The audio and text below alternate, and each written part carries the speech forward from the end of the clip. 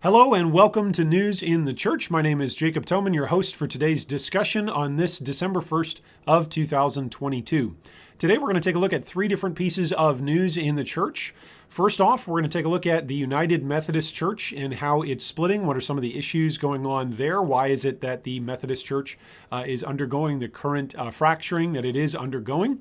Secondly, we're going to take a look at how non-denominational affiliation is now the largest single segment of self-identifying churches among their groups. So in other words, if you were to take denominational affiliation or non-denominational affiliation and pool all the churches that identify in those ways together, there will actually be more churches identifying as non-denominational than affiliating with any one particular denomination.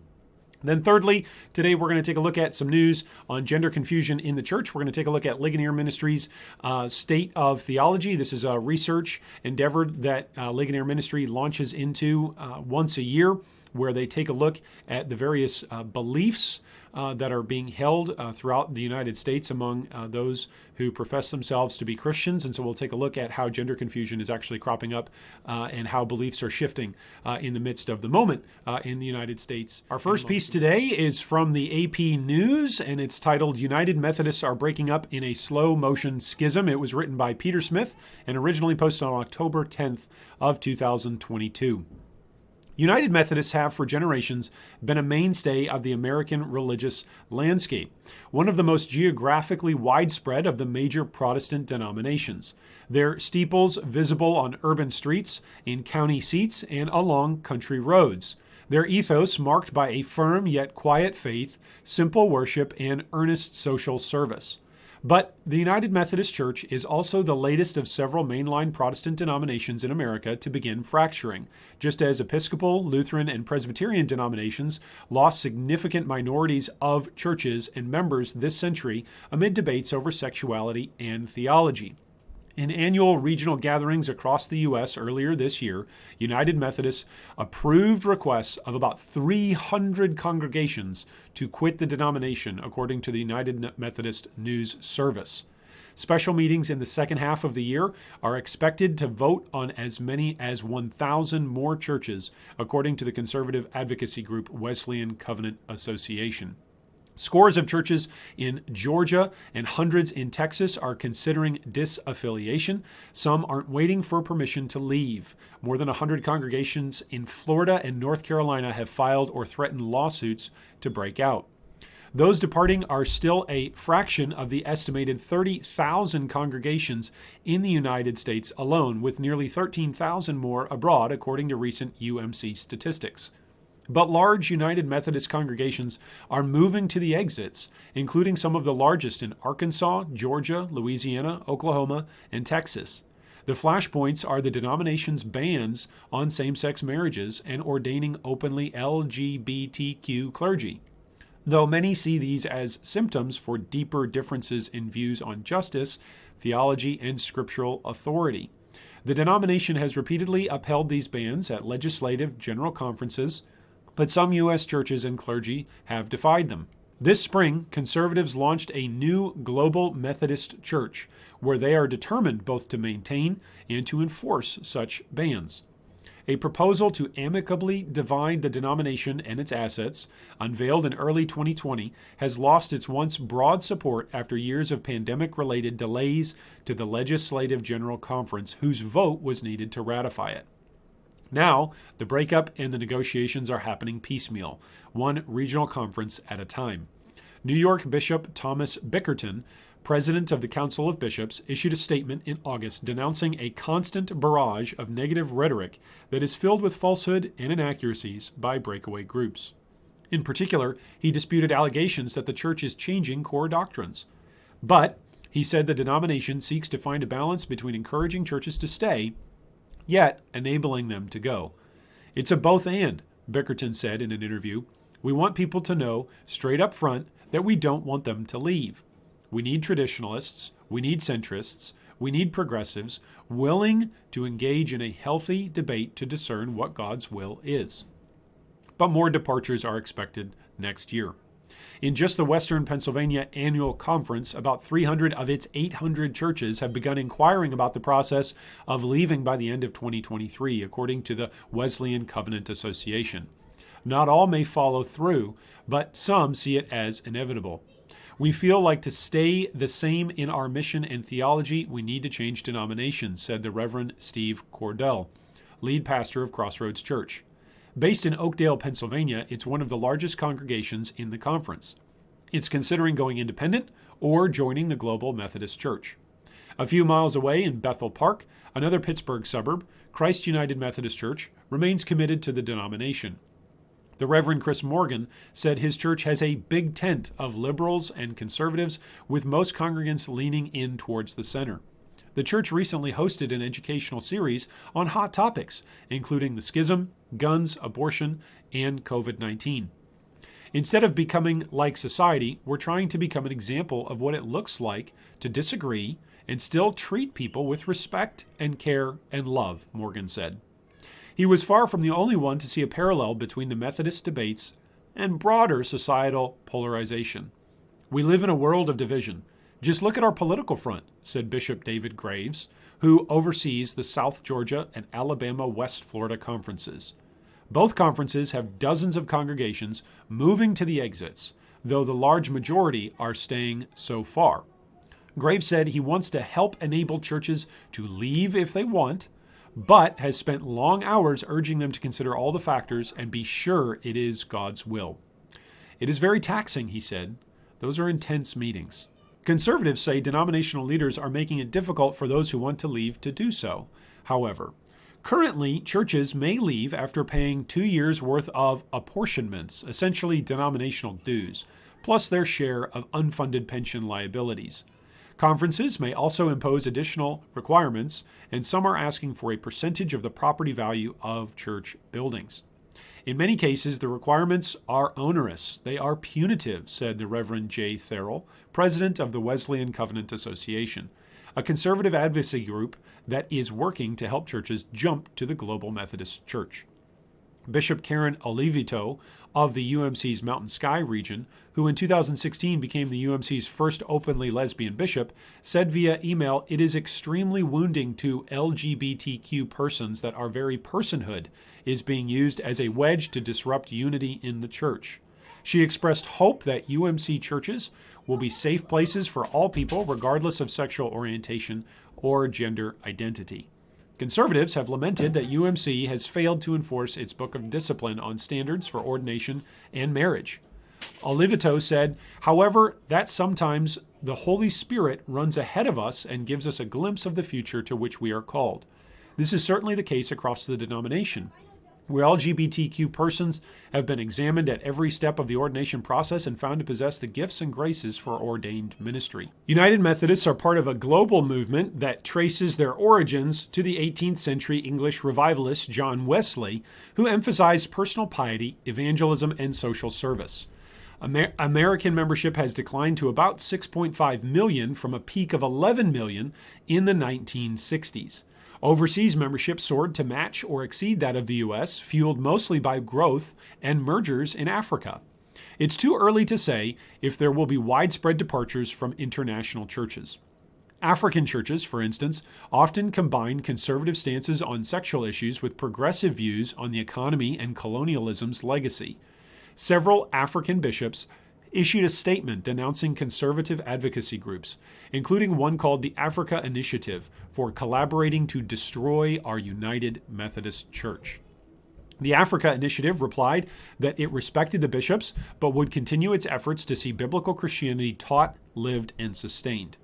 Neil Christie of the Love Your Neighbor Coalition, a partnership of progressive and ethnically based Methodist advocacy groups, said the notion that outside the U.S. there's one monolithic voice is a caricature.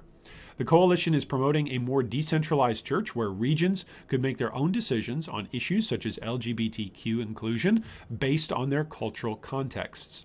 We believe this is a big tent church, that the church is big enough for all, he said. But after decades of controversy, some are done. The traditionalists decided this is like a toxic relationship now, and we're just harming each other, said the Reverend Laura Safel, chairperson of the Western Pennsylvania chapter of the Wesleyan Covenant Association. The best we can do is bless and send each other their separate ways. Our second piece today comes from Christianity Today. It's titled, "Non-Denominational is Now the Largest Segment of American Protestants. U.S. Religion Census Finds Independent Congregations Have Surged in the Last Decade." This was originally posted November 16th, 2022 by Daniel Silman. Call it the rise of the nons. Not the nuns, who have commanded attention for years as the number of Americans who don't identify with a specific religious tradition has grown from just 5% during the Cold War to around 30% today. This is the nons, non-denominational Christians, people who shake off organizational affiliations, disassociate from tradition, and free themselves from established church brands. The number of non-denominational churches has surged by about 9,000 congregations over the course of a decade, according to new decennial data released by the U.S. Religion Census. Little noticed, they have been quietly remaking the religious landscape. There are now 5 times more non-denominational churches than there are Presbyterian Church USA congregations. There are 6 times more non-denominational churches than there are Episcopal. There are 3.4 million more people in non-denominational churches than there are in Southern Baptist ones. If non-denominational were a denomination, it would be the largest Protestant one, claiming more than 13% of churchgoers in America. The 2 biggest stories in American religion are the nons and the nuns, said Ryan Berg, professor of political science at Eastern Illinois University and an expert in religious demographic data. We are in a transitional period for Protestant denominations. Non-denominational Christians don't show up in the polls that sample and survey American religion because people don't think of non-denominational as an identity. They are more likely just to say Christian or perhaps Protestant. If prompted, they might specify whether or not they think of themselves as evangelical or born again, but few, if any, say non-denominational. The U.S. Religion Census catches the growing number of non-denominational Christians, however, because it is an actual census with teams of people counting congregations and collecting reports of the number of people attending particular churches. Since the National Council of Churches started the project in 1952 and the Association of Statisticians of American Religious Bodies revived it in 1990, the decennial tally has become the most official count of religious groups in America. In 2010, the U.S. Religious Census identified 35,496 independent congregations without any formal denominational affiliation. The lead researcher, Scott Thuma, told Christianity Today there were almost certainly more than that, but it was the most precise count anyone had done to that point. Using the same method in 2020, the U.S. Religious Census team found 44,319 non-denominational congregations, with an estimated 21 million adherents. That makes non-denominational Christians the first or second largest group of Protestants in America, depending on how one counts. The Southern Baptists have about 7,000 more churches, but 3.4 million fewer people. The next largest Protestant group, the United Methodists, can only claim about half the number of people as Southern Baptists, and the denomination has lost a number of congregations in an ongoing split since the religion census tallied at a total of 30,051 in 2020. Thuma, one of the few experts and close observers who have noted the non-denominational growth over the last decade, said he thinks there are several factors driving what he describes as individualism at the congregational level. It's an expression of organizational individualism that parallels personal individualism, he said, and allows churches to slip out from under the burden of some cultural baggage. It is an evangelistic advantage, Thuma said. A potential attender at a non-denominational church doesn't have cultural expectations of what they might find inside the way they do if the brand is Episcopalian or Assemblies of God or Southern Baptist. Rather, the visitor has to experience the worship firsthand.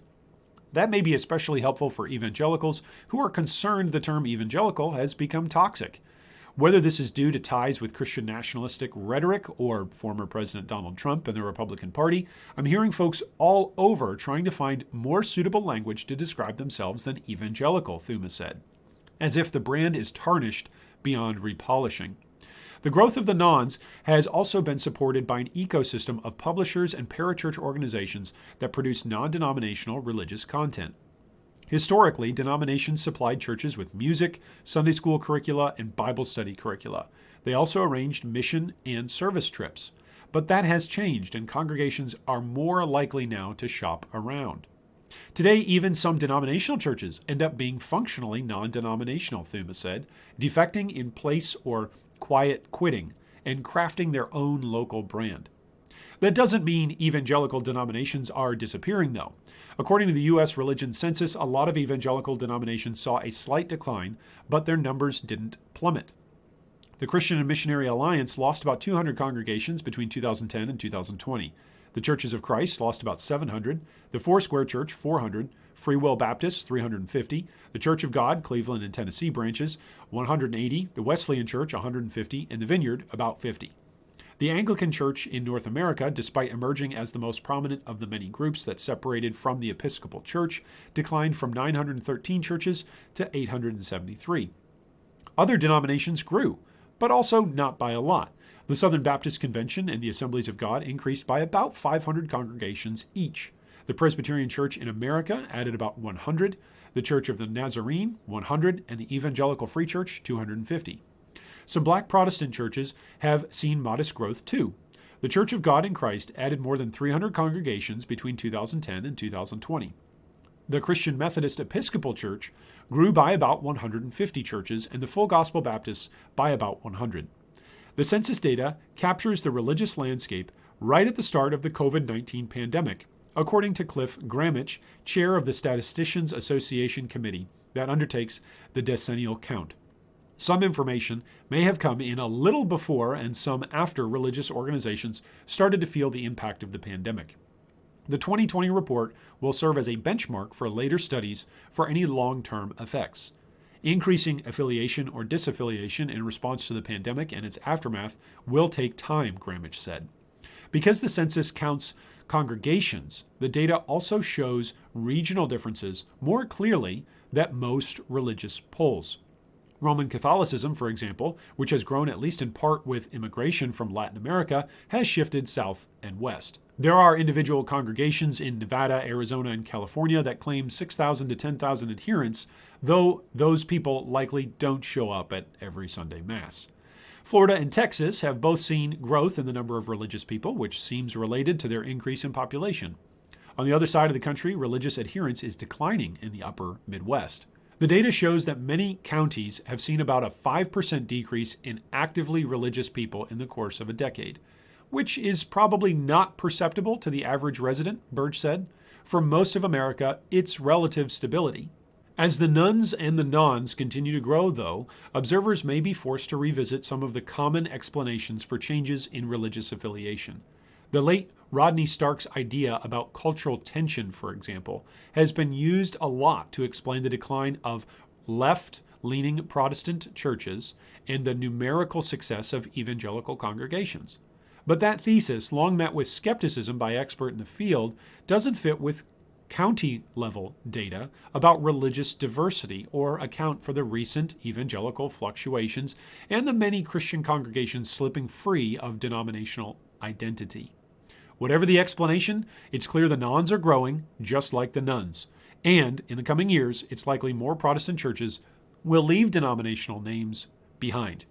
I can just say anecdotally, the number of churches that we have seen rise, including church plants, that push themselves away from any kind of denominational language or denominational affiliation in their language. For instance, a church nowadays that is getting planted, at least over the last decade, it's far more likely to have some sort of, without sounding critical, I don't want to sound like I'm critiquing any churches that have a name like this, but maybe something that is more generic or something that is vaguely spiritual in the language of the name of a church.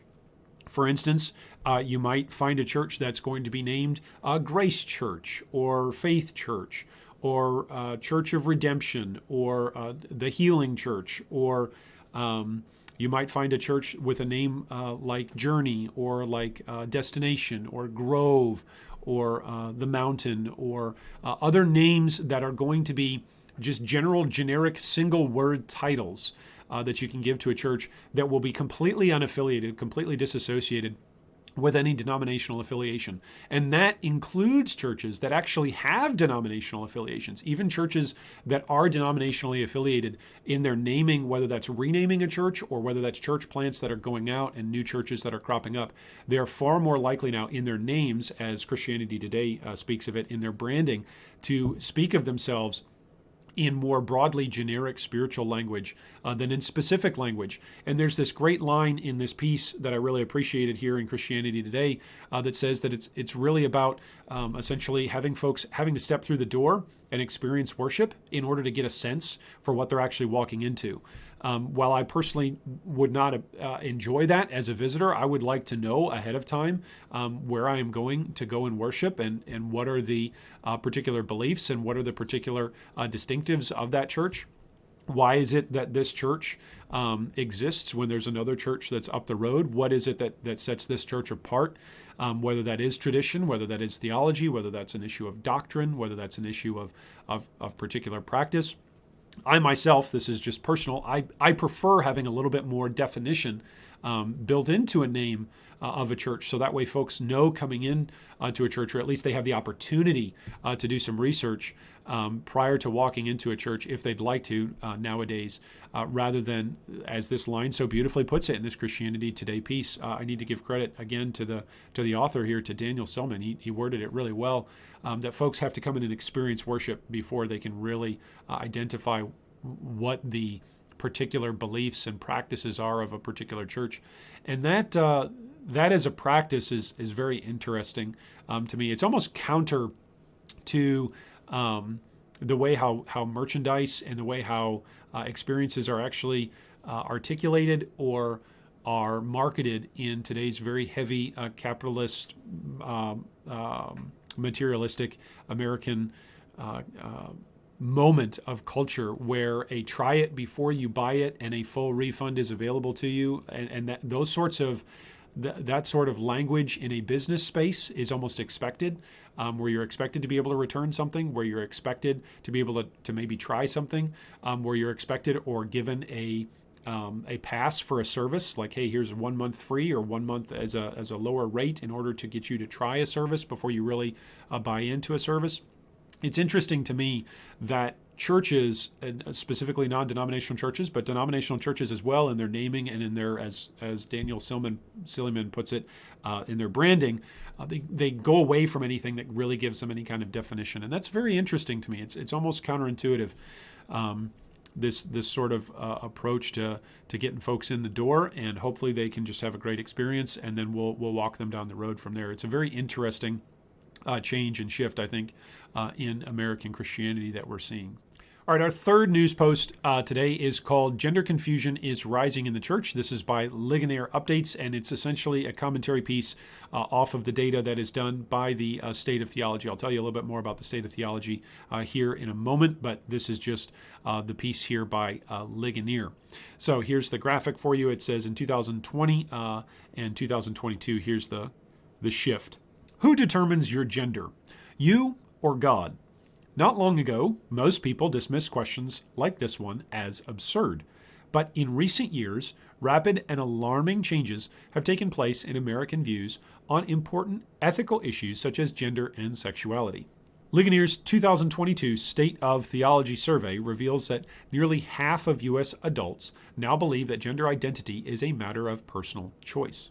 With the steady rise of secularism in the United States, it's tragic yet unsurprising to see so many people embracing the false notion that we, rather than our Creator, have the authority to determine our gender and to alter this identity at will.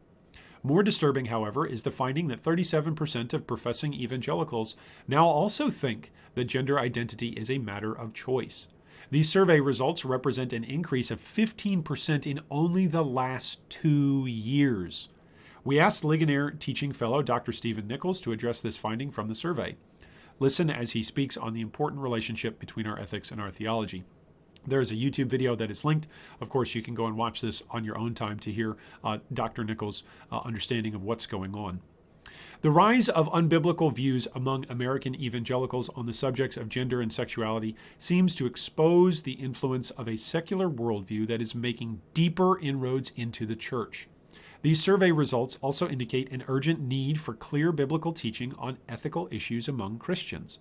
We hope the 2022 findings of our State of Theology survey will galvanize the church in its calling to make disciples, teaching them to obey all that the Lord has commanded. So, in this survey, evangelicals were defined by Lifeway Research as people who strongly agreed with the following 4 statements. First, the Bible is the highest authority for what I believe. Second, it is very important for me personally to encourage non-Christians to trust Jesus as their Savior.